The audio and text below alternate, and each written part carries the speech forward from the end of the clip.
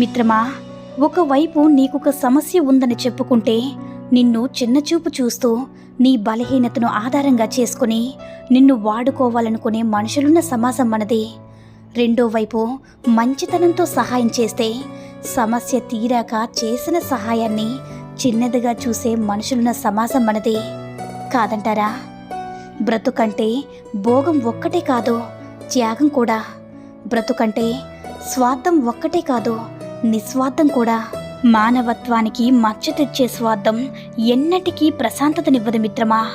కారుణ్యం, దయ, పరోపకార భావన, త్యాగం ఇవే మనిషికి నిజమైన ఆభరణాలు. అవునా? బాధను పంచుకుంటే ఆవేదన తగ్గుతుందేమో కానీ అర్హత లేని వారి దగ్గర పంచుకుంటే మాత్రం దాని 10 మనోవేదన తప్పదు. జాగ్రత్త మిత్రమా.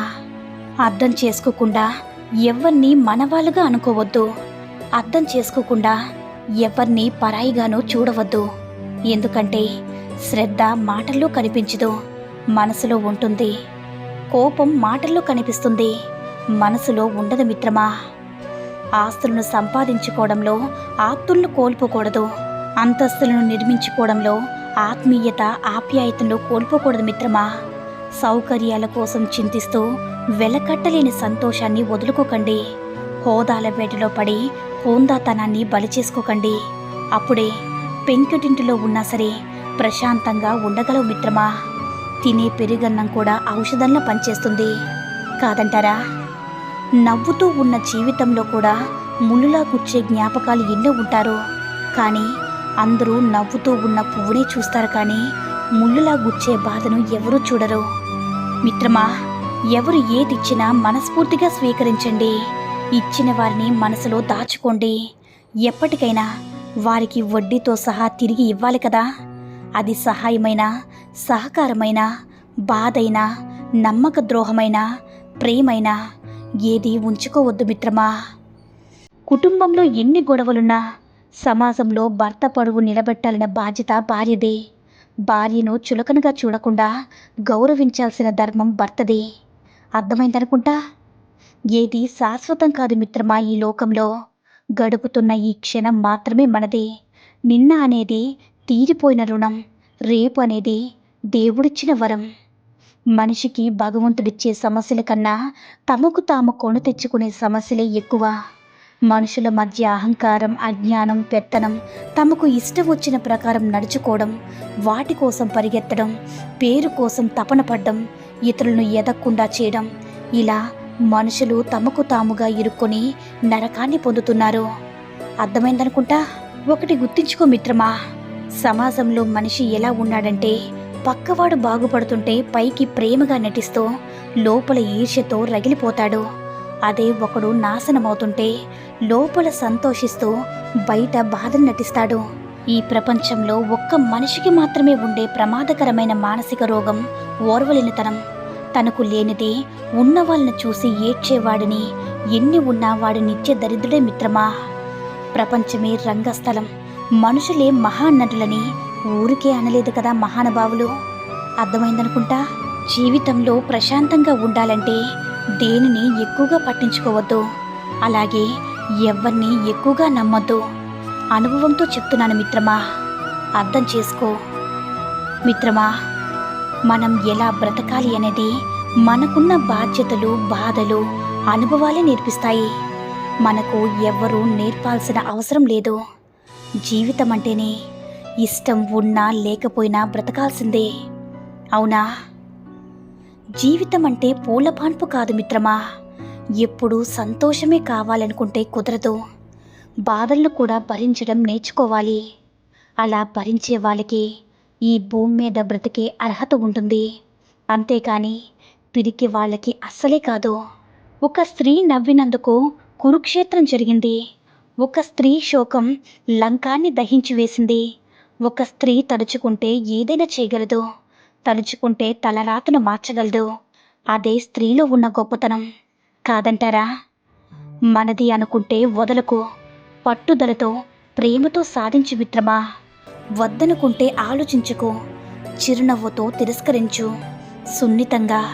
అది వస్తువైనా, స్నేహమైనా, బంధమైనా, లక్ష్యమైనా ఏదైనా సరే ఒక స్త్రీకి ఉన్న ఆత్మీయత మగవారికి ఉండదు. ఆడపిల్ల పెరిగి తల్లికి స్నేహితురాలవుతుంది. మగవాడు పెరిగి చాలా వరకు కూడా తండ్రికి శత్రువు అవుతాడు. ఇది జీర్ణించుకోలేని నిజం, ఏ తండ్రి అంగీకరించలేని సత్యం. భార్యగా, తల్లిగా, చెల్లిగా, అక్కగా, బిడ్డగా స్త్రీ మాత్రమే ఆత్మీయతను పంచుతుంది. అవునా మిత్రమా, కడుపులోకి వెళ్ళిన విషం ఆ మనిషి జీవితాన్ని నాశనం చేస్తుంది. కానీ చెవులోకి వెళ్ళిన విషయం ఎన్నో బంధాలను, అనేక జీవితాలను నాశనం చేస్తుంది. తప్పుడు మాటలు చెప్పడం ఎంత తప్పో చెప్పుడు మాటలు వినడం కూడా అంతే తప్పు మిత్రమా. ఆవేశపరుడితో మన ఆలోచనలు పంచుకోకూడదు. అసూయపరుడితో మన అభివృద్ధిని చెప్పుకోకూడదు. అవునా మిత్రమా, ఏనుగు తన దారిలో తను వెళ్ళేటప్పుడు చిన్న ఎలుక ఎదురైనా సరే ఆగుతుంది. అది దాని దయాగుణమే కానీ బలహీనత కాదు. అలాగే ఉత్తములు ఎవరెన్ని అన్నా పట్టించుకోరు. అది వారి గొప్పతనమే తప్ప చేతకానితనం కాదు మిత్రమా. అర్థమైందనుకుంటా. ఎవరున్నారో మన కోసం అనిపిస్తుంది ఓడిన ప్రతిసారి. ఆత్మవిశ్వాసం అంటుంది నేనున్నాను, నీకెందుకు, ప్రయత్నించు మరోసారి అని. నమ్మినోడికి నమ్మకమే దేవుడు, నమ్మనోడికి ఆత్మవిశ్వాసమే జీవుడు. అవునా, ఆశ జాతకాన్ని నమ్మేలా చేస్తుంది, కోరిక దేవుణ్ణి నమ్మేలా చేస్తుంది, బాధ మనిషిని నమ్మేలా చేస్తుంది. కానీ ధైర్యం ఒక్కటే నిన్ను నువ్వు నమ్మేలా చేస్తుంది మిత్రమా. వ్యక్తిని కాక వ్యక్తిత్వాన్ని ప్రేమించగలిగినప్పుడు పరాయి వాళ్ళు కూడా మనవాళ్ళవుతారు. మనవాళ్ళు అనుకుంటే దూరం ఉండదు, పరాయి వాళ్ళని అనుకుంటే దూరం దానికదే ఏర్పడుతుంది. సంబంధాలు కూడా దెబ్బతింటాయి. అర్థమైందనుకుంటా మిత్రమా. ఒక్కొక్క నీటి చుక్కను గౌరవించండి. అది మేఘాల నుంచి వచ్చినా, కంటి నుండి వచ్చినా సరే. మోసేది బరువు అనుకుంటే దింపేయాలనిపిస్తుంది, బాధ్యత అనుకుంటే మోయాలనిపిస్తుంది. అర్థమైందనుకుంటా. లోహపు బిందును ఉన్న సొట్టను నైపుణ్యంతో తొలగించవచ్చు. అదే మట్టి కుండకున్న సొట్టను తీయడానికి ప్రయత్నం చేస్తే అది అస్సలు పనికి రాకుండా పోతుంది. అందుకే మార్చదగిన వారిని మాత్రమే మార్చే ప్రయత్నం చేయాలి. అందరినీ మార్చాలనుకోవడం అవివేకం మిత్రమా. ఎవరన్నా మనకు ఏదైనా చెప్తుంటే అడ్డు చెప్పకుండా వినండి. నచ్చితే ఫాలో అవ్వండి, నచ్చకపోతే వదిలేయండి. వినడం మాత్రం మర్చిపోకు మిత్రమా. కష్టమైన, సుఖమైన, మంచైన, చెడ్డైన, లాభమైన, నష్టమైన వ్యక్తిత్వం, ఆలోచనలు, భావాలు, నిర్ణయాలు మనవే అయ్యుండాలి. ఎందుకంటే ఈ జీవితం మనదే. మనమే మనకి తగినట్లు మలుచుకోవాలి. ఎవరో చెప్పింది విని చేస్తూ ఉంటే వారికి తగినట్లుగా వారు నిర్ణయిస్తూ బ్రతికే బ్రతుకులో మన అస్తిత్వమే ఉండదు మిత్రమా.